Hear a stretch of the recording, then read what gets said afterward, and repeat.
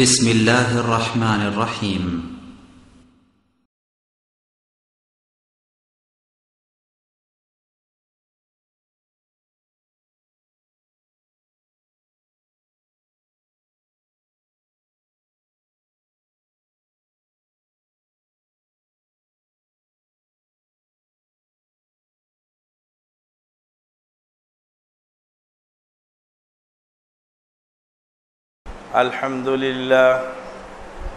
الحمد لله نحمده ونستعينه ونستغفره ونؤمن به ونتوكل عليه ونعوذ بالله من شرور أنفسنا ومن سيئات أعمالنا من يهده الله فلا مضل له ومن يضلل فلا هادي له وأشهد أن لا إله إلا الله وحده لا شريك له وأشهد أن محمدا عبده ورسوله صلى الله الذي أرسله بالحق بشيرا ونذيرا وداعيا إلى الله بإذنه وسراجا منيرا أما بعد فإن خير الحديث كتاب الله وخير الهدي هدي محمد صلى الله عليه وسلم وشر الأمور محدثاتها وكل محدثة بدعة وكل بدعة ضلالة وكل ضلالة في النار أما بعد فقد قال الله تبارك وتعالى في الكلام المجيد والفرقان الحميد بعد أعوذ بالله من الشيطان الرجيم يا أيها الذين آمنوا اتقوا الله حق تقاته ولا تموتن إلا وأنتم مسلمون يا أيها الناس اتقوا ربكم الذي خلقكم من نفس واحدة وخلق منها زوجها وبث منهما رجالا كثيرا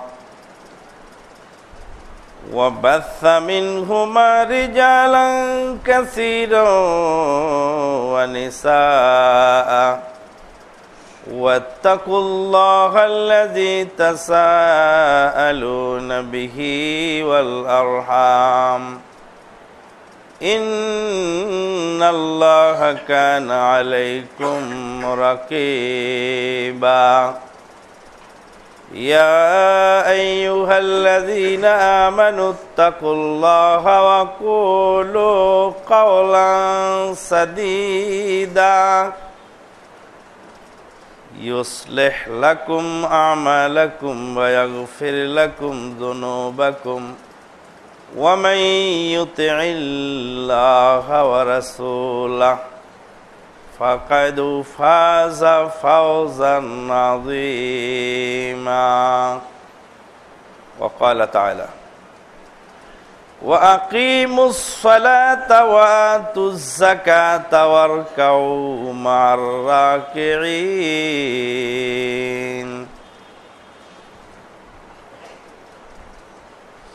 وقال النبي الأمين صلى الله عليه وسلم ما حبس قوم الزكاة إلا حبس عنهم الله القطر أو كما قال عليه الصلاة والسلام আল্লাহ পাকের অশেষ মেহেরবানিতে রমাজানুল মুবারকের দ্বিতীয় জুমা আদায় লক্ষ্যে আল্লাহর ঘর মসজিদে আমরা সমবেত হয়েছি। সিয়ামে রমাজান সম্পর্কে যথেষ্ট আলোকপাত হয়েছে। রমাজানুল মুবারকের ফাজাইল ও মাসাইল সম্পর্কেও যথেষ্ট আলোকপাত হয়েছে। গত জুমাতে আমরা দান সাদকার উপরে কিছু খুতবা শুনেছিলাম। আল্লাহ রাব্বুল আলামিন মানব জাতিকে সৃষ্টি করেছেন, তাদের ভিতরে কিছু চাহিদা দিয়েছে। চাহিদার মধ্যে খাদ্য পানীয় চাহিদা এটা সবচেয়ে বেশি গুরুত্বপূর্ণ। খাদ্য পানীয় চাহিদা, খাদ্য পানি ছাড়া মানুষ বাঁচে না, এটা হলো দেহের খোরাক। আর রুহের খোরাক হলো আল্লাহর হুকুম পালন করা। রুহটা আল্লাহর অর্ডার, আল্লাহর অর্ডারকে জিন্দা রাখতে হলে আল্লাহর হুকুম পালন করতে হয়। আর বডিটা হলো মাটির তৈরি, অতএব মাটির তৈরি বডিটাকে চালু রাখতে হলে, সচল রাখতে হলে মাটির তৈরি খাদ্য দিয়ে তাকে চালু রাখতে হয়। কুল্লু শাইইন ইয়ারজিউ ইলা আসলিহি। তো খাদ্যের চাহিদাটা খুব মারাত্মক। ক্ষুধা যে কত যন্ত্রণাদায়ক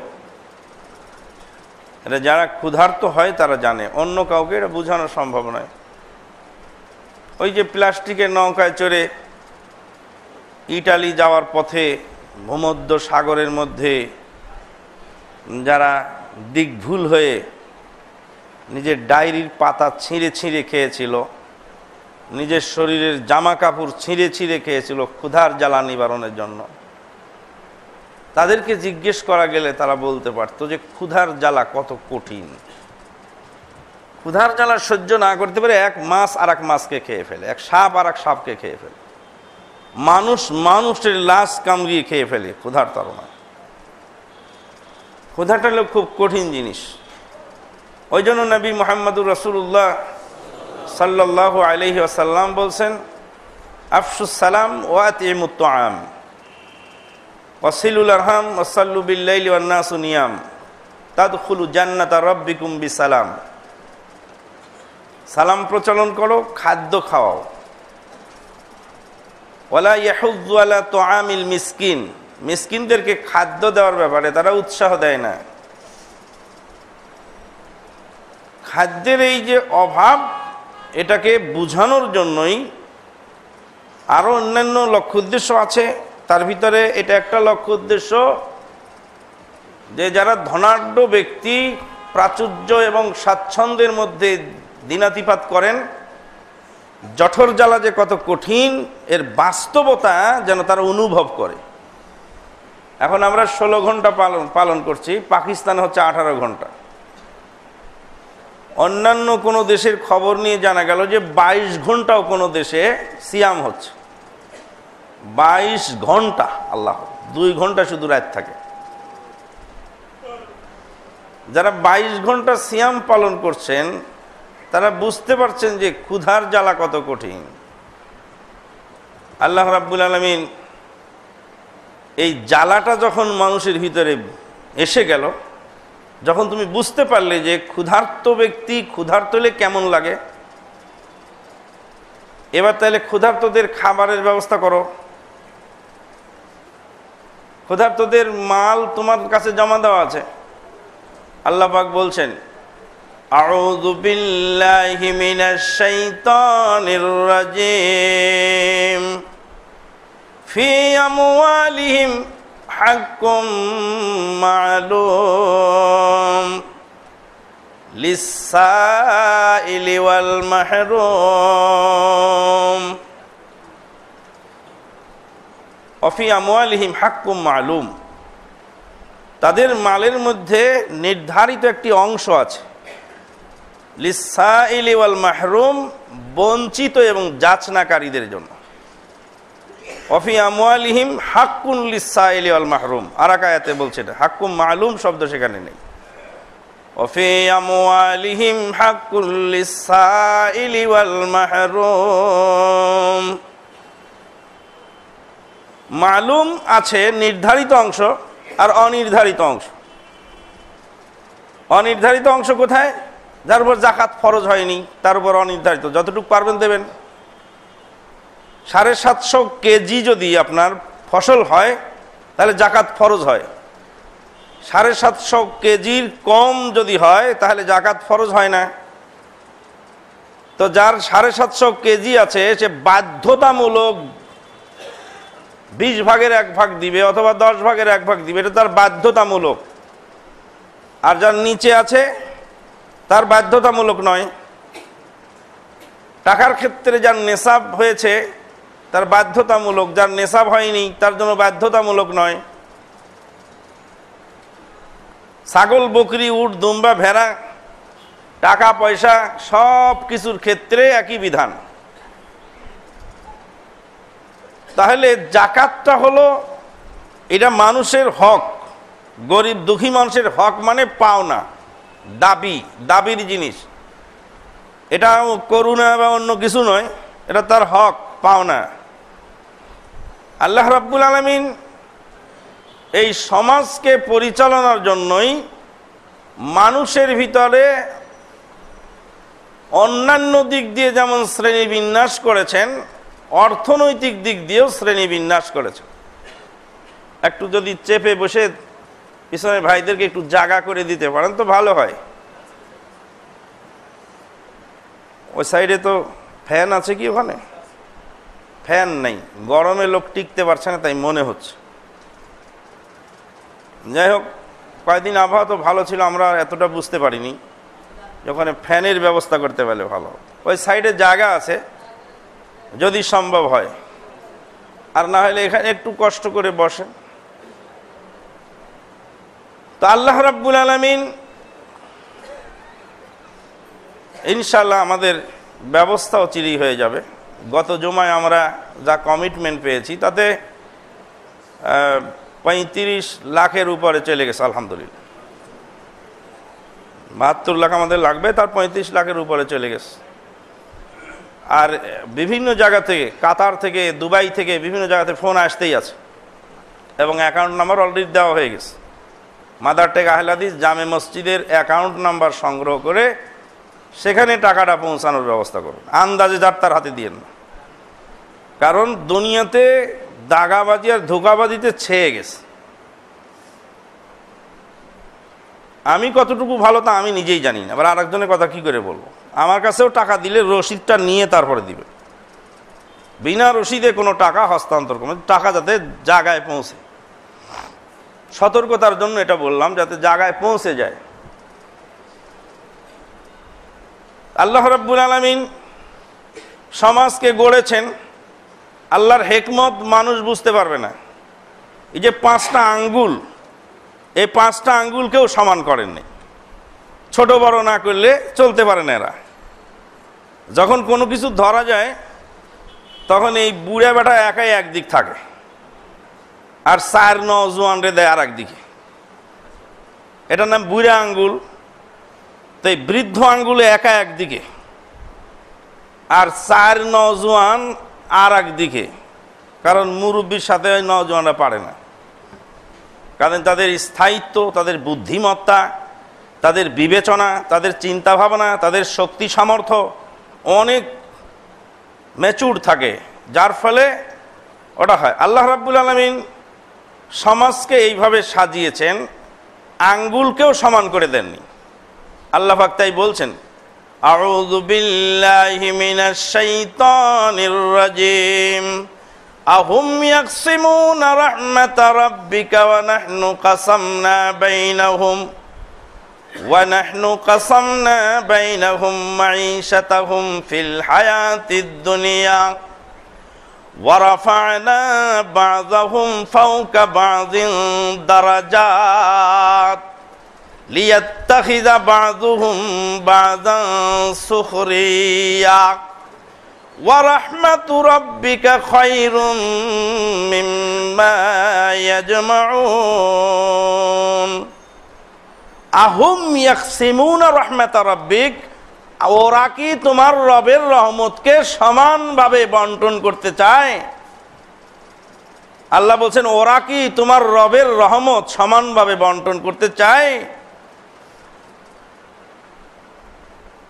রাশিয়ার মাটিতে জারদেরকে পরাস্ত করে কমিউনিস্টরা যখন বিপ্লব ঘটালো,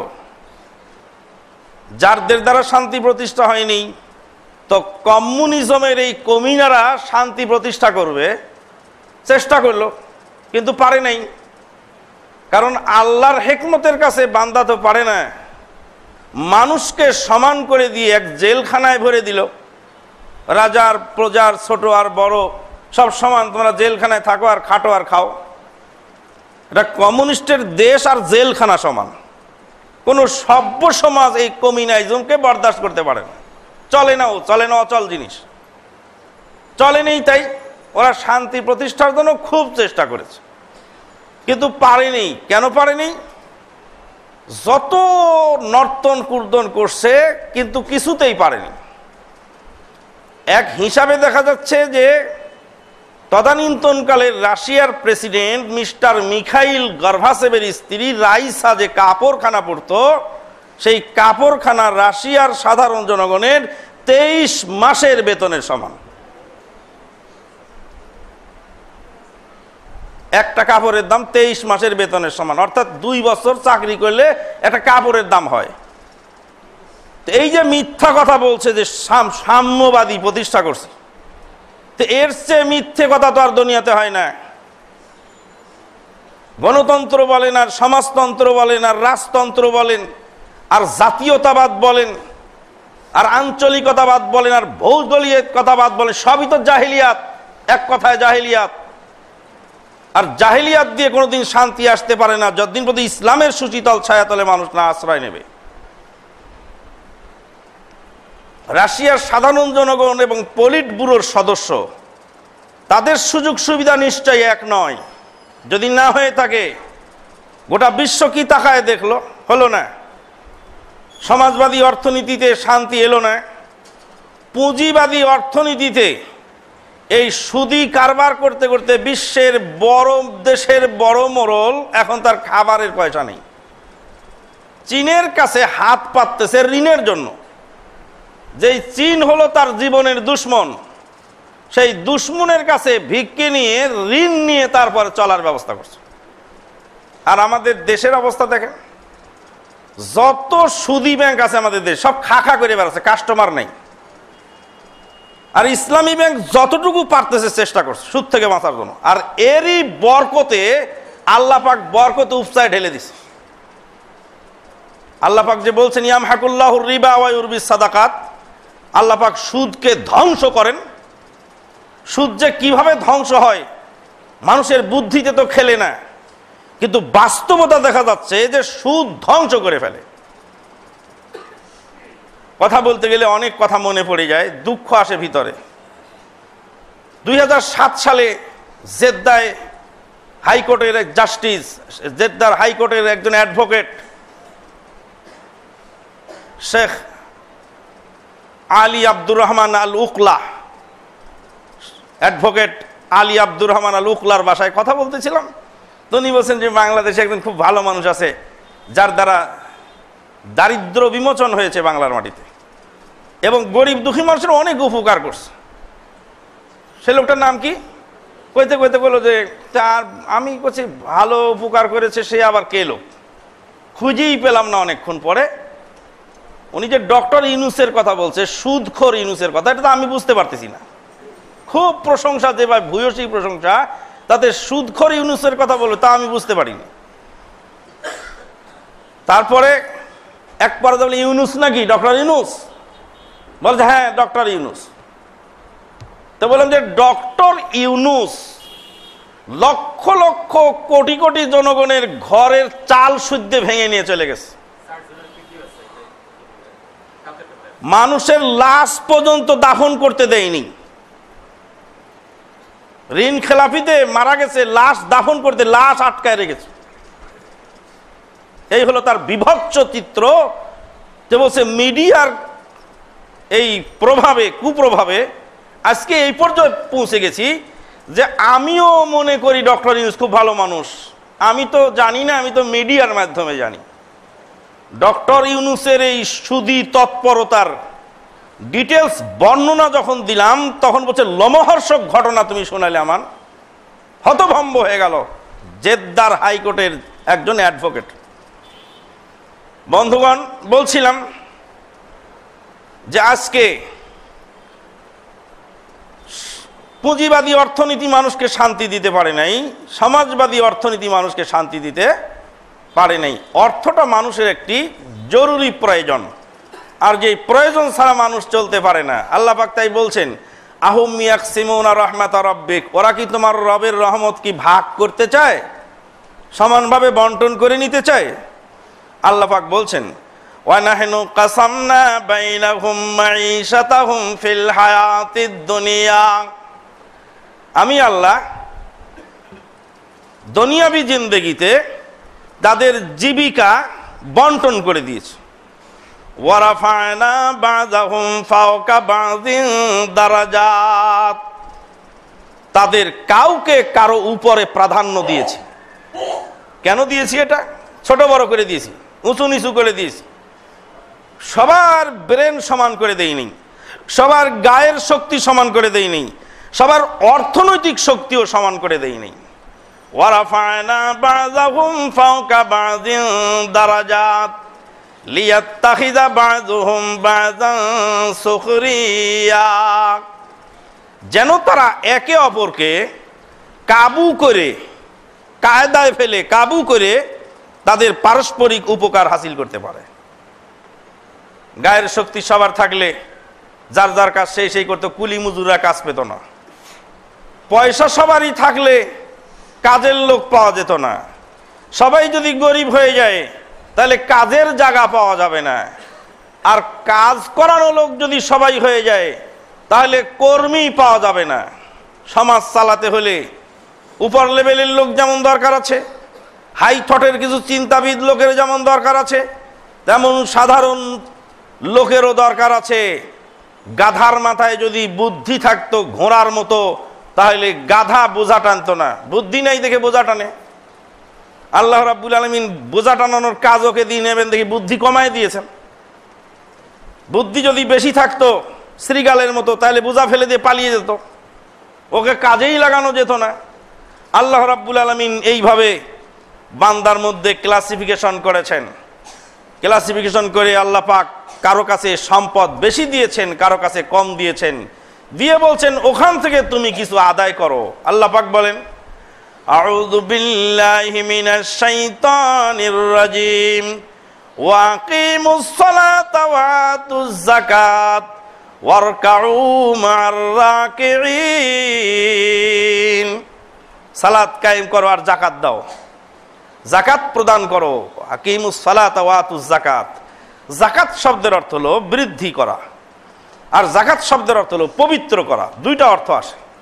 একটা অর্থ হলো নুমু ওয়া জিয়াদা, আর একটা হলো তাজকিয়া ওয়া তাহারা।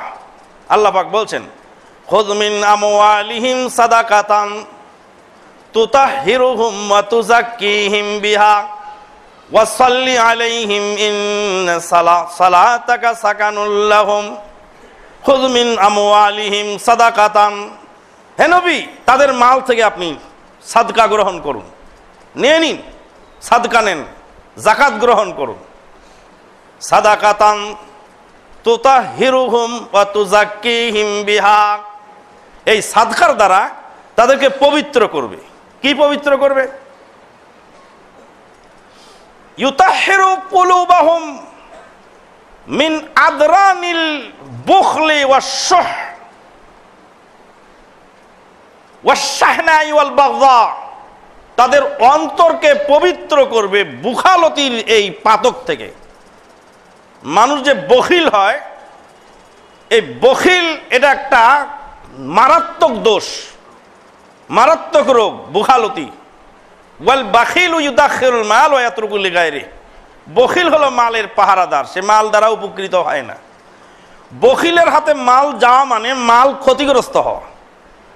বখিল একটা জমিন কিনে রাখছে, ওরা আর বেচে না, ওটা দিয়ে কোনো কাজেও লাগায় না, ফেলে রাখছে বছরের পর বছর, শতাব্দীর পর শতাব্দী ফেলে রাখছে, দাম বাড়বে তারপর বেচবে।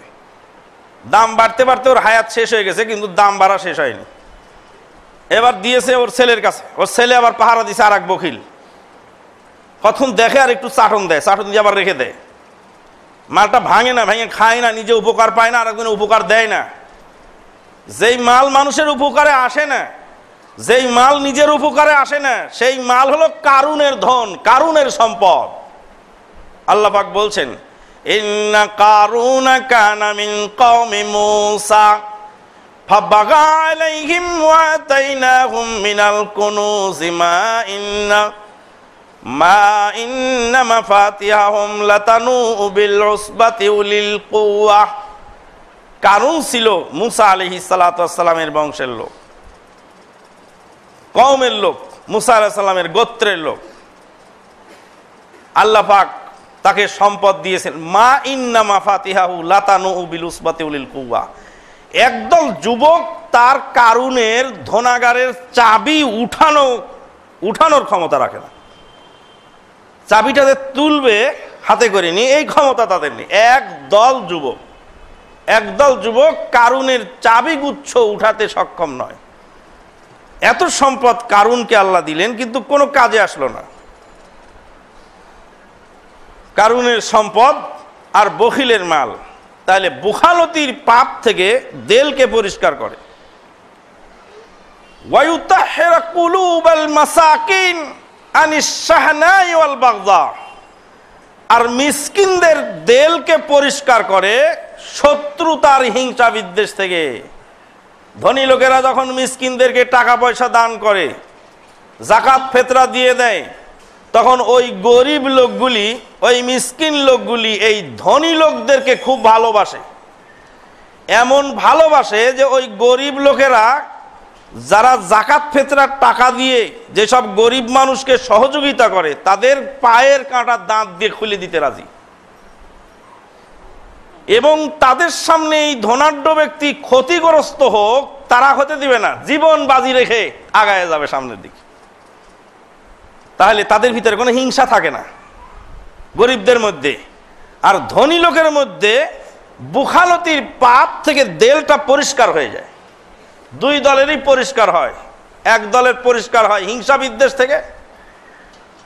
আর যে সমস্ত ধনী মানুষ গরিব দুঃখীদের দিকে ফিরে তাকানোর সুযোগ নেই, ওই সমস্ত ধনীর বাড়িতে আগুন ধরলে গরিবরা তখন হাতে তালি দেয় আর হাসে, বেটা একা একা খাও, আমাদের দিকে খেয়াল করো না, মরো এবার দেখি কেমন লাগে। ঠিক হয়েছে, ঠিক হয়েছে। ফকির মিসকিনকে যেতে দেয় না, ঠিক হয়েছে, ঠিক হয়েছে। আল্লাহু আকবার। যেই সেম্পিতি শতকরা 2.5 টাকা জাকাত দিয়ে ওই জাকাতওয়ালা পেয়েছে, লক্ষ কোটি টাকা খরচ করে ওই লোক পাবে না যেই লোক বখিল। ওই জন্য জাকাত শব্দের অর্থ হলো পবিত্র করা। জাকাত পবিত্র করে ধনী লোকের অন্তর বুখালতি থেকে, আর মালের লোভ লালসা থেকে দেলকে পরিষ্কার করে। মালের লোভ লালসা ভিতরে থাকে না, দেল পরিষ্কার হয়ে যায়। ওটা তো আমার হক না, ওটা ফকির মিসকিনের হক। ওটা আমি আনবো কেন ঘরে? ওটা কেন আসবে আমার ঘরে? কোনো এলাকায় যদি জাকাত খাওয়া লোক না থাকে, তাহলে জাকাতের টাকা আলাদা করে রেখে দিতে হবে। জাকাতের ফসল নেওয়া লোক যদি না থাকে, তাহলে জাকাতের ফসল ফেলে দিতে হবে। পশু পাখি খেয়ে নিবে, কিন্তু ওটা আপনার ঘরে নেওয়ার সুযোগ নেই, যেহেতু আপনি ধনী মানুষ। জাকাত হলো মালের ময়লা, মালকে পবিত্র করে জাকাত।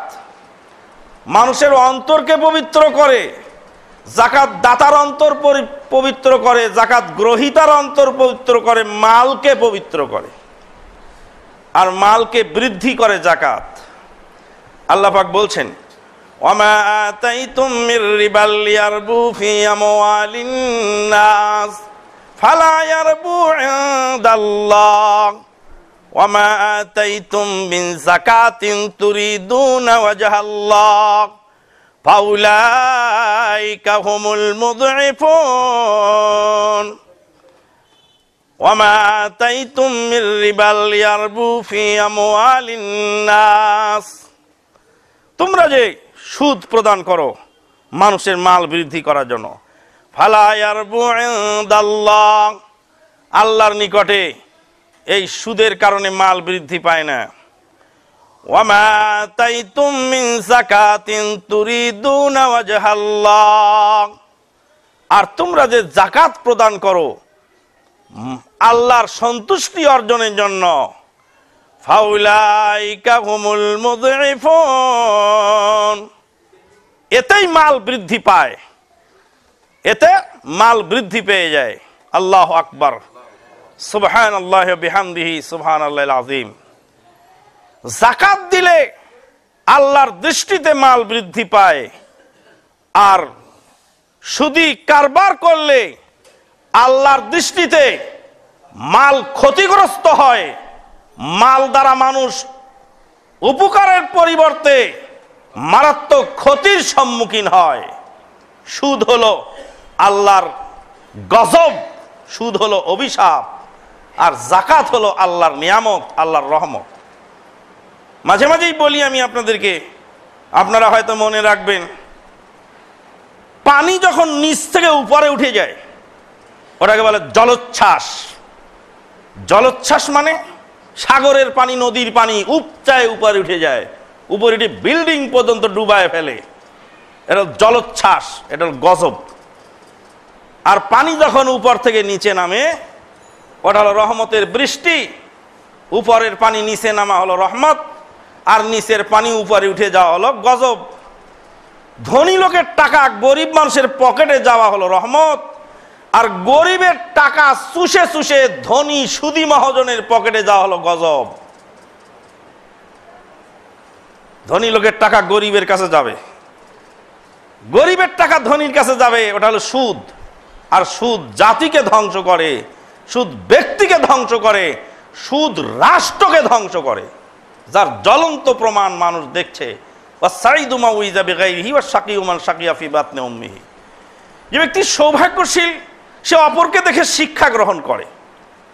যারা সুদি কারবার করছে, যাদের মালের মধ্যে হারাম টাকা আছে, তাদের বাড়িতে, ঘরে, রাস্তায়, সমাজে কোনো জায়গায় শান্তি নাই। শান্তির লেশ তাদের বাড়িতে নেই। অশান্তির আগুন দাও দাও করে জ্বলছে, টাকার টাকা, আর টাকা তার গজব ডেকে এনেছে। কোনো জায়গায় শান্তি নেই, অশান্তি। কি ধরনের অশান্তি এক একজনের ভিতরে! সুবহানাল্লাহি বিহামদিহি, সুবহানাল্লাহিল আযীম। একজন মাদ্রাসার মুহতামিম বলছে, এক ধনী লোকের কাছে গেলাম, সে কত হাজার কোটি টাকার ঋণ। তা আমার মনে হলো যে আমার মাদ্রাসা থেকে ওকে কিছু সাহায্য দিয়ে আসি। বাড়ি ঘর সব কিছু বিক্রি করলে এদেশের লক্ষ লক্ষ শিল্পপতির মিল কারখানা আছে, ভিতরে কিছু নাই। পুরা মিল কারখানাকে 100 বার বিক্রি করলে ওই সুদের ঋণ শোধ হবে না। সুদ ওকে কিভাবে গারদ করছে এবার বোঝেন। ওর নিজের টাকা পয়সা তো সব গেছেই, যে মিলের উপর সুদ নিছে, যে কারখানার উপর সুদ, এই কারখানাকে 100 বার বিক্রি করলে ওটা শোধ হবে না। আল্লাহ পাক বলছেন, ইয়ামহাকুল্লাহুর রিবা ওয়া ইয়ারবিস সাদাকাত। আধুনিক অর্থনীতির আলোকে যাকাত মানুষের মাল বৃদ্ধি করে, তা আপনারা বহুবার জেনেছেন, শুনেছেন, আবার আজকে নতুন করে শুনে নিন, স্মরণ করুন। যখন ধনী লোক যাকাত দিল, টাকাটা ছিল ধনী লোকের কাছে। ধনী লোকের কাছে টাকা গেলে আটকে যায়, টাকা হাঁটে না। আর গরিবের কাছে টাকা গেলে সকালে যায়, বিকালে আবার হস্তান্তর হয়ে যায়। আর টাকা যত হাঁটবে তত টাকার মধ্যে বরকত হবে। পানির মতো, পানি যত চলবে তত পুরাতন পানি, পচা পানি চলে যাবে, আর নতুন পানি নতুন করে আসবে। আর যখনই পানি বদ্ধ হয়ে আটকে যায় তখন ওই পানি পচে যায়। টাকা যখন কারোর কাছে জমা হয়ে যায় তখন ওই টাকা পচে যায়, গন্ধ ছোটে, ওর মধ্যে ছাতকুড়া পড়ে যায়। আর টাকাটা যখন রানিং থাকে তখন আল্লাহর ফজল করার মধ্যে বরকত হয়। তো এই জন্য গরিব মানুষের কাছে টাকা গেলে টাকাটা রোলিং হয়, আর টাকা যত রোলিং হয় টাকার তত বরকত হয়। টাকা রানিং হওয়াটা জরুরি। আল্লাহ পাক বলছেন, লিকাইলা দৌলাতুন বাইনাল আগনিয়া, মালিকের কাছে, ধনী লোকের কাছে যেন ওটা কুক্ষিগত না থাকে। একজনের কাছে স্বর্ণের অলংকার আছে, আর কিচ্ছু নাই, তার স্বর্ণের অলংকার আছে, এখন জাকাত তো দিতে হবে, জাকাত কোত্থেকে দিবে? প্রয়োজনে স্বর্ণের অলংকার খানিকটা বেচে দেওয়া লাগবে, তো খানিকটা বেচলো, তো আবার গরিব লোকটা খানিকটা কিনলো, ওই লোক না বেচলে তো আরও কিনতে পারবে না। আর একজন ধনী লোক বিপদে পড়ছে, খানিকটা জায়গা বিক্রি করে, আর একজন কেনে। ওর যদি অভাব না থাকে তাহলে বেচবেও না আর কিনবেও না, আর যদি কিনতে না পারে তাহলে আর যে ওর লোকের যে দরকার, সে দরকারওয়ালা দরকারটা পুরাবে কোত্থেকে? ওই জন্য আল্লাহ রাব্বুল আলামিন এরকম একটা বন্দোবস্ত দিয়েছেন। ধনী লোকেরা যখন জাকাত দিয়ে দেয়, জাকাতের টাকা তখন গরিবের মাঝে ছড়িয়ে পড়ে। টাকা নিয়ে জাকাত গরিবকে দিয়ে দিল, গরিব মানুষ টাকা পেয়ে সাথে সাথে টাকা নিয়ে চলে গেল বাজার করতে গিয়ে সেই ধনী লোক গরিব মানুষ বাজার থেকে যা কিছু মাল সামানা কিনলো সব ধনী লোকের ফ্যাক্টরির মাল। জুতা কিনলো, ওটাও ধনী লোকের ফ্যাক্টরির। চিনি কিনলো, ওটাও ধনী লোকের ফ্যাক্টরির। সিমাই কিনলো, ওটাও ধনী লোকের ফ্যাক্টরির। যত বাজার করলো, তাহলে ধনী লোকের কাছ থেকে জাকাত পেয়ে টাকাটা সে রাখতে পারলো না, সে বাজারে দিয়ে আসলো। বাজারে কেনার সাথে সাথে এবার চলে গেল ধনী মহাজনের হাতে, ওই টাকা আবার রিটার্ন চলে গেল। ধনী মহাজন জাকাত দিয়েছিল শতকরা 2.5 টাকা, আর এই জাকাত পেয়ে যখন গরিব মানুষ মাল কিনতে গেল বাজারে, যেই মালটা ওই বিক্রি হলো বাজারে, ওখানে শতকরা 5 টাকা বা 10 টাকা লাভ হয়ে ঘরে উঠে আসলো। মালটা পড়েছিল বাজারে, গরিব লোকেরা কিনতে পারতেছিল না টাকা না থাকার কারণে। গরিব লোকের হাতে যখন জাকাতের টাকা এসে গেল, ফেতরার টাকা পেয়ে গেল, তখন তারা কেনাকাটা শুরু করলো। কেনাকাটা শুরু করার কারণে গোডাউন সাফ হয়ে গেল, মাল বিক্রি হয়ে গেল, মাল লাভ হয়ে টাকা ক্যাশ হয়ে আবার ধনী লোকের কাছে ফিরে এলো। বাজারে যখন মাল ফুরে গেল, বাজারের চাহিদা বেড়ে গেল। বাজারের চাহিদা যখন বেড়ে গেল, তখন মিলের প্রোডাকশন বেড়ে গেল। মিলের প্রোডাকশন যখন বেড়ে গেল, তখন মালিকের প্রফিট বেড়ে গেল, আর শ্রমিকের শ্রম বেড়ে গেল, আবার ডিউটি বেড়ে গেল। ডিউটিও বাড়লো, আবার ডিউটিও বাড়লো। আল্লাহ রাব্বুল আলামিন জাকাতের মাধ্যমে এইভাবে অর্থনীতিকে সুন্দরভাবে রোলিং করার ব্যবস্থা দিয়েছেন, যার ফলে গোটা জাতি উপকৃত হয়। আল্লাহ পাক বলছেন, ওয়ামা আতাইতুম মির রিবাল ইয়ারবু ফি আমওয়ালিন নাস ফালা ইয়ারবু ইনদাল্লাহ ওয়ামা আতাইতুম মিন যাকাতিন তুরিদুনা ওয়াজহাল্লাহ ফাউলাইকা হুমুল মুযইফুন। বান্দা, তুমি সুদ কারবার করার মনে মনে ভাবো আমার টাকা বাড়বে, টাকা তোমার কোনোদিন বাড়বে না। যেটা আল্লাহর ওয়াস্তে জাকাত দিয়ে থাকো, ওর মধ্যেই মাল বৃদ্ধি পেয়ে থাকে। আল্লাহ রাব্বুল আলামিন এই জাকাতকে বুনিয়াদি ফরজ করেছেন। আল্লাহ পাক বলেন, আকিমুস সালাতা ওয়া আতুজ যাকাতা ওয়ারকাউ মার রাকিঈন। সালাত কায়েম করো, জাকাত প্রদান করো, রুকুকারীদের সাথে রুকু করো। জাকাত দিবে ধনী লোক। ধনী লোক জাকাত যদি না দেয়, তাহলে ইসলামী রাষ্ট্রে জাকাত জোরপূর্বক আদায় করতে হবে। আমাদের দেশে জাকাত আদায় হয় না, ট্যাক্স আদায় হয় না, কিন্তু সৌদি আরবে গিয়ে দেখতে পেয়েছি কোনো কাজ চলবে না জাকাত না দিলে। কোনো কাজ চলে না। আপনি গাড়ির লাইসেন্স করতে গেছেন, তো বলবে তোমার কি জাকাত ক্লিয়ার আছে নাকি?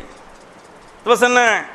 কয় যে তাহলে ব্যাংক থেকে জাকাতের টাকাটা ক্লিয়ার করে জাকাতের সার্টিফিকেট নিয়ে আসো, তারপরে তোমার লাইসেন্সটা হবে। জাকাতের সার্টিফিকেট না দিলে লাইসেন্স হয় না। জাকাতের সার্টিফিকেট না দিলে তার নামে ভিসা বের হয় না। জাকাতের সার্টিফিকেট না দিলে তার লেবারেরা হাসপাতাল থেকে চিকিৎসার সুযোগ পায় না। জাকাতের সার্টিফিকেট না দিলে তার সব কাজ জায়গায় দাঁড়ায় যাবে। সুবহানাল্লাহ, আশ্চর্য ব্যাপার। মানুষ বোঝে না, জানে না, শোনে না, কিচ্ছু জানে না, অথচ আরব দেশের সমালোচনা করে। তাদের অর্থনীতি কিভাবে চলে?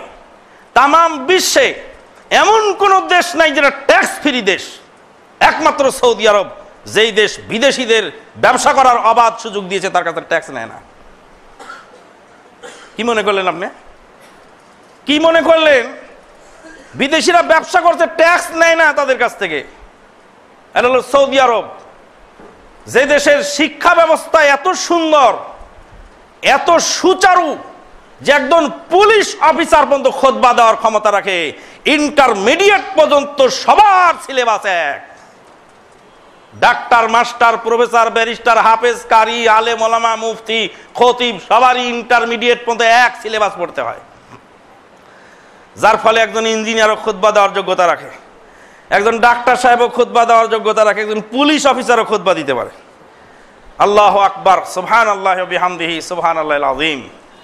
বলতেছিলাম যে যাকাত আল্লাহ পাক ফরজ করে দিয়েছেন। কোন কোন মালের উপরে যাকাত ফরজ? 8 প্রকার মালের উপরে আল্লাহ পাক যাকাত ফরজ করে দিয়েছেন। 1 নাম্বার হলো নগদ টাকা পয়সা, স্বর্ণ অথবা রৌপ্য, তারপরে গবাদি পশু, তারপরে ক্ষেতের ফসল, ব্যবসায়ী মাল, ব্যবসার মাল, গবাদি পশু, নগদ টাকা অথবা নগদ স্বর্ণ রৌপ্য, আর হলো ক্ষেতের ফসল। 4 প্রকার। 4 প্রকার মালের উপরে আল্লাহ পাক যাকাত ফরজ করেছেন। ক্ষেতের ফসল 750 কেজি, 750 কেজির কম হলে যাকাত ফরজ নয়, হাক্কুম মালুম নয়, হাক্কুন লিসাইল ওয়াল মাহরুম, ওখান থেকে তার ইচ্ছা মতো দান করবে, নির্ধারিত অংশ নয়। যে সমস্ত ফসল সংরক্ষণ করা যায় সেগুলি যাকাত লাগে, আর যেগুলি ওয়ান টাইম ইউজ কাঁচা তরকারি, এই ওয়ান টাইম ইউজ কাঁচা তরকারি যেগুলি, ওগুলি যাকাত নাই। রাসূলুল্লাহ সাল্লাল্লাহু আলাইহি ওয়াসাল্লাম বলেছেন লাইসা ফিল খাদরাওয়াতে সাদাকা, শাকসবজির মধ্যে যাকাত নাই, তবে সেখান থেকে কিছু দান সাদকা করতে হবে। গবাদি পশু 30টা ছাগলের কম হলে যাকাত ফরজ হয় না, 40টা ছাগলের কম হলে যাকাত ফরজ হয় না, 30টা গরুর কম হলে যাকাত ফরজ হয় না, 5টা উটের কম হলে যাকাত ফরজ হয় না। স্বর্ণ 7.5 তোলা আর রৌপ্য হলো 52.5 তোলা। আর টাকা 2টার যে কোনো একটা অংশ আপনি হিসাব করে ধরতে পারেন, তবে সতর্কতার জন্য রৌপ্যের হিসাব ধরাটাই উত্তম। আরুজুত তিজারা, ব্যবসায়ী মাল, যে সমস্ত মাল আপনি ব্যবসা করেন সেগুলি যাকাত দিতে হবে। আপনি যদি জমির ব্যবসা করেন তাহলে জমি হলো আপনার মাল, পুরা জমির হিসাব ধরে যাকাত দিতে হবে। যিনি প্লটের ব্যবসা করেন প্লট তার আরুজুত তিজারা, যিনি ফ্ল্যাটের ব্যবসা করেন তার ফ্ল্যাট হলো তার আরুজুত তিজারা। কতটি ফ্ল্যাট তার কেনা আছে, আর কতটি ফ্ল্যাট বিক্রি আছে, কতটি টাকা নগদ আছে, কতটি ফ্ল্যাট আছে, ফ্ল্যাটের যা দাম আছে সেই দাম ধরে তাকে দিতে হবে। যেই বাড়ি ভাড়া দেওয়ার জন্য করা হয়েছে সে বাড়ির যাকাত নাই, যেই গাড়ি ভাড়া দেওয়ার জন্য খরিদ করা হয়েছে সে গাড়ির যাকাত নাই, সেই গাড়ির সম্পদ যেটা আসবে ওটার যাকাত হবে। কিন্তু যেই গাড়ি শোরুমে রাখা আছে বেচার জন্য, শোরুমে যতটি গাড়ি আছে সব গাড়ির দাম ধরে যাকাত দিয়ে দিতে হবে। যখন জিনিস চেঞ্জ হয়ে যায় তখন বিধানও চেঞ্জ হয়। আপনি জমিন কিনে রাখছেন, প্লট বানিয়ে রাখছেন, এবার প্লটের যাকাত হবে, প্লটের যা দাম হবে সেই দামের টাকা অনুযায়ী আপনার যাকাত দিতে হবে। এবার ওই প্লটের মধ্যে আর কিছু ধানও আবাদ করা হয়েছে, প্লট কিনে রেখেছেন বেচার জন্য, তাহলে প্লটটা হলো ব্যবসার মাল। আবার ওই প্লটে আবার ধান লাগানো হয়েছে, কিছু ধান পাওয়া গেছে যা 750 কেজির বেশি, এবার ধানের যাকাতও দেওয়া লাগবে। কারণ প্লট বেচে একবার লাভবান হবেন, আবার ধান লাগায় আর এক লাভবান হচ্ছেন, ধানের যাকাত আলাদা দিতে হবে। ধানের যাকাত দিয়ে ধান ঘরে তুলেছেন, এবার ধান বিক্রি করে যখনই ক্যাশ টাকা করলেন আবার ক্যাশ টাকার যাকাত দেওয়া লাগবে। বছর পুরার পরে সাথে সাথে দিতে বলেনি। ধান যখন কাটলেন তখনই ধান উঠে আসলো, ধানের যাকাত দিয়ে তুলে আনলেন। এবার তুলে আনার পরে এবার ধান বিক্রি করে টাকা যখন ক্যাশ হয়ে গেল, এবার ক্যাশের হিসাবে চলে গেল। যেদিন থেকে আপনার মাল নেশাবে পরিণত হয়েছে সেদিন থেকে যাকাত ফরজ হয়েছে। আজকের তারিখে যাকাত আপনার ফরজ হয়েছে। আগামী বছরে 1 বছর পূর্ণ হলে যাকাত দিতে হবে, তবে বছর ইংরেজি বছর নয়, আরবি বছর। ইংরেজি বছরে কম থাকে কয়দিন, 11-12 দিন কম থাকে বছরে। আরবি বছরে যাকাত দিতে হবে। আরবি বছরে যাকাত দিলে 33 বছরে 34 বার যাকাত দেওয়া লাগবে, আর ইংরেজি বছরে দিলে 33 বছরে 33 বার। 1 বছরে যাকাত মাফ হয়ে যাবে যদি ইংরেজিতে দেয়। তার মানে হাসরের ময়দানে 1 বছরের জাকাত নিয়ে আবার আপনাকে ঘাড়ে উঠতে হবে। সুবহানাল্লাহ বিহামদিহি সুবহানাল্লাহিল আযীম। বছর পূর্ণ হওয়ার আগে মাঝখান দিয়ে যত মাল ইনক্লুড হয়েছে সব মালের জাকাত দিতে হবে। ওয়াল ফারউ তাবিউন লিল আসল। আপনার মাল জমা ছিল 10 লাখ, 10 লাখ টাকা জমা রেখেছিলেন বা 10 লাখ টাকা দিয়ে ব্যবসা শুরু করছেন। এই মাল 1 বছর ব্যবসা করতে করতে করতে করতে 1 বছর পরে 13 লাখ হয়েছে। তার মানে 10 লাখের মধ্যে 3 লাখ বাড়তি, এটা ইনকাম, লভ্যাংশ। এই লভ্যাংশ যে 3 লাখ, এই 3 লাখ একদিনে ঢোকে নাই। 6 মাস পরে কিছু লাভ হয়েছে, 9 মাস পরে কিছু লাভ হয়েছে, 7 মাস পরে কিছু লাভ হয়েছে, 10 মাস পরে কিছু লাভ হয়েছে। জাকাত যেদিন হিসাব করতে তার আগের দিনেও কিছু লাভের টাকার মধ্যে ঢুকছে। এতে 1 দিন হয়েছে, ওর তো 9 দিন হয়েছে, ওর তো 6 দিন হয়েছে, ওর তো 3 মাস হয়েছে। আর এর মূল টাকাটার 1 বছর হয়েছে। মূল টাকা যেহেতু 1 বছর পুড়ে গেছে, মাঝখানে যেগুলি ঢুকছে সবগুলি একসাথে হিসাব করতে হবে। 30টা গরু হলে জাকাত হয়। জাকাত যেদিন হিসাব করবেন, হিসাব করার আগের দিন যেসব বাছুর জন্ম নিয়েছে সেসব বাছুরগুলি গোনার মধ্যে ধরতে হবে। সুবহানাল্লাহ বিহামদিহি সুবহানাল্লাহিল আযীম। যেটা খুতবার মাধ্যমে জাকাতের মাসলা বর্ণনা করা সম্ভব নয়। জাকাতের পাশে আছে ফেতরা। জাকাত কারা কারা পাবে, কিভাবে দিতে হবে, ফেতরা কিভাবে দিতে হবে, দান সাদকা কিভাবে করতে হবে, এগুলি পার্ট বাই পার্ট আমরা ইনশাআল্লাহ আলোচনায় নিয়ে আসবো। আকুলু কওলি হাযা আস্তাগফিরুল্লাহ লি ওয়া লাকুম ওয়া লিসাইরিল মুসলিমিন ফাস্তাগফিরুহু মিন কুল্লি যামবিন ওয়া আতুবু ইলাইহি ইন্নাহু হুয়াল গাফুরুর রহিম।